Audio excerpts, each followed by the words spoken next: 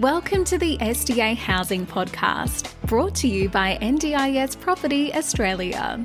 Before starting this episode, we need to provide a general disclaimer. Information contained in this podcast is general in nature only. It does not take into account the objectives, financial situation, or needs of any particular person. You need to consider your financial situation and needs before making any decisions based on the information in this podcast. And you should consider seeking independent and professional advice for your personal circumstances. All right, let's begin. Hello, everybody. My name is Min, and I'm here with Matthew from our office. And you're listening to the SDA Housing Podcast, a show that explains, highlights, guides, and brings awareness about all things SDA in this ever-changing NDIS world. Matthew, how are you today? Very good, very good. What is our topic today, may I ask you? So our topic today is the refurbishment requirements for taking a existing residential house and turning it into an NDIS property or an SDA house. AKA, the common question is, can I renovate my house for it to be SDA? Matt, how often do you get asked this question from clients ringing up the office? A fair few people ask it, actually. It's a very common question. Another question that I also get is, can a house be used just as an NDIS property with no additions to the property at all? Okay. So let's just go to the nuts and bolts of these numbers here, Matt. I mean, in front of you and I here is a Appendix F called Minimum Refurbishment Costs for New Builds 22-23 on page 38 of the NDIS price arrangements. So, I mean, if you're looking, you're just looking at, I'm just going to pull out some of these numbers. So say you wanted to do a high physical support house to residents, you're looking at a minimum refurbishment amount of $380,000. But that's with no OA, Matt. So I think we should go to the with OA. So with OA, you're looking at $402K. But if you're having a 4-bedroom house, which is OA plus 3 residents, the minimum cost to prove is $609,000 renovation costs. Now, I want our listeners to think about that for a second. The government rules are you must prove that you spend $609,000 renovation of your existing house to be SDA compliant. Now, you might think as a listener, I'll just spend $600,000, it should be fine, right? Well, no. There's a little bit more to compliance for SDA, isn't there, Matt? Yes, absolutely. And what are those requirements, please? I think on your... So to qualify as a new build under the NDIS SDA, the dwelling needs to comply with the following 5 conditions. Number 1, date of certificate of occupancy. Number 2, total number of residents in the dwelling. 3, design requirements of the dwelling. 4, density requirements. And 5, age of the dwelling. Cool. So as some people may not be aware, obviously the new inquiries would not be aware, there's a density compliance. And Matt, what is that density compliance? So I believe what it's referring to here is the 10% maximum in the state. Yeah, but this is more to the site. So as you may remember, Matt, when our houses begin construction, before they actually start construction, the builders normally ask for a letter of density requirements, compliance from the provider. So they will normally issue a letter, Matthew, do you remember? Which says, this floor plan on this address complies with density requirements. So we do a lot of that. That normally occurs before the build starts for our normal process. So in this scenario here for a renovation, yes, if you meet the minimum requirement here, a 4-bedroom renovation to be $609,815 renovation cost, you got to have the quote and paid for proof of payment, and also the compliance, density compliance as well. But Matt, let's just go backwards a little bit here. I think we're going forward too quickly here. Who in their right mind would spend $609,000 for renovation? No one. Given the fact that a brand new build is roughly the cost, isn't it? Yes, correct. Yeah, so you're looking at, brand new build would be that price or maybe a bit cheaper than that price. And it just the numbers don't really stack up at all. So the government's trying to enforce brand new builds for participants. I think that's obviously from the perspective of an SDA home, making sure that it's purpose-built from the ground up and I think also to a lesser extent to stimulate the building industry. Also, Matt, I think if you were to be that, I wouldn't say crazy, but to be willing to spend $609,000 for a renovation of an existing house to a SDA compliant HPS house in this scenario here, good luck trying to find a builder. Yeah, good luck trying to find someone who renovates the house. And if you do, are they making sure that it's compliant? Are all the renovations fitting in with making sure that the property actually can be certified as a SDA property? Are you going to spend that $609,000 then find out at the end, we missed something, we didn't go over it as thoroughly as we thought it would? You're better off knocking the house down, Matt. Let's be honest. Yeah, 100%. If it costs $609 to build a new house, you might as well knock the old house down and start again. Exactly. Yeah. Because it is hard to retrofit or refurbish something. It is. Yeah. But that there, Matt, is 609 for the HPS. Can you read the other numbers, please, for the row bars and the FA and the ILs, please, with OOA? So we'll go with 4-bedroom house again. Yeah, so this is for 3 residents. So that's for robust, you're looking at 495 K, and then for fully accessible, you're looking at 417, and improved livability, you're looking at about 250 K.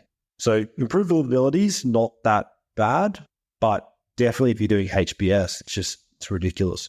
Now, there's a magic date here, 2016. If the house is built after 2016, meaning the certificate of occupancy is after 2016, you don't need to comply with those numbers. Don't. Only if you built the house, the age of the house is older than 2016. Okay? So if it's older than 2016, prior to that, then you must spend $250,000 on the IL, as you said, and 609 for the HBS one, as you said. Because I get approached a lot with the question, well, I just built this house, it was built 2 years ago. Why would it need to be renovated? Okay. So let me answer that question. So yes, Mr. Klein, if it was only 2 years old, a minor renovation is all you need, as long as you have a SDA assessor signing off on the whole house as being compliant. Bathroom, bedroom, hallways, kitchen, entry in and out of the house. So yeah. In theory, as long as it's signed off by the SDA assessor and lodges it to the government. So you know what? If you're one of those guys who's being very, picky about this requirement, then go take it up with the government. That's the rules. I would say as well, though, in theory, yes, you could have your house, which is say 1 year, 2 years old, but in order for it to be compliant, the doorways, the holes would have to be larger to match HBS, which would involve you ripping out the walls. Mm. That's not a trivial task. Look, I think it's 1.2 or 1.3. I don't know the exact minimum measurements for width of the hallway, but I've spoken to many other providers, and I think 1.4, 1.5 meters wide should be what it should be. Should be the width of the hallway. I'm sure it's going to be much more lower than that. So to answer his question, why should I renovate it? Well, mate, the bathroom's too small. How do you move around in a tight squeeze bathroom in a wheelchair? How do you fit through a doorway if the doorway is too small? There are width requirements for access into bedrooms and doors and hallways, obviously. So we don't tend to argue with those people, man, who are very stubborn. The rules are the rules, and they're meant for the safety of participants, I guess. Yeah. So to answer your question, he who shall remain unnamed, which is almost everyone who asks this question, right? You cannot take shortcuts to renovate. Yes. So there's two, I guess, points to take out of this: that renovation is either it can be very expensive, and the other part of it is it must be compliant. So it's no use doing all this renovation if at the end of the day it's not compliant, can't be assessed to be an SDA, and then cannot be rented under the funding standard. So let me just read this, Matt. So this first point, date of certificate of occupancy. Let me just read it out word for word. There are two options to comply with this first requirement, noted below as option A and option B. Option A, the very first certificate of occupancy or equivalent was issued on or after the 1st of April 2016 when it complies with the requirements of SDA dwelling. This is important to note the use of the word first in this requirement. Or option B, the dwelling has been renovated or refurbished and issued with a certificate of occupancy or equivalent after the 1st of April 2016 and part 1, because of the renovation or refurbishment, the dwelling meets the minimum requirements for a design category other than basic design as noted in Table 5 of the SDA pricing arrangements and the price limits 2022-23, previously known as the price guide for specialist SDA. And part 2, the cost of the refurbishment is equal to or greater than the amount set out below in Appendix F, as shown below. So as Matt said earlier, if it was HPS with OOA, we're talking about $609,000. If it was robust with OOA, we're talking $495,000. If it was fully accessible, it's $417,000.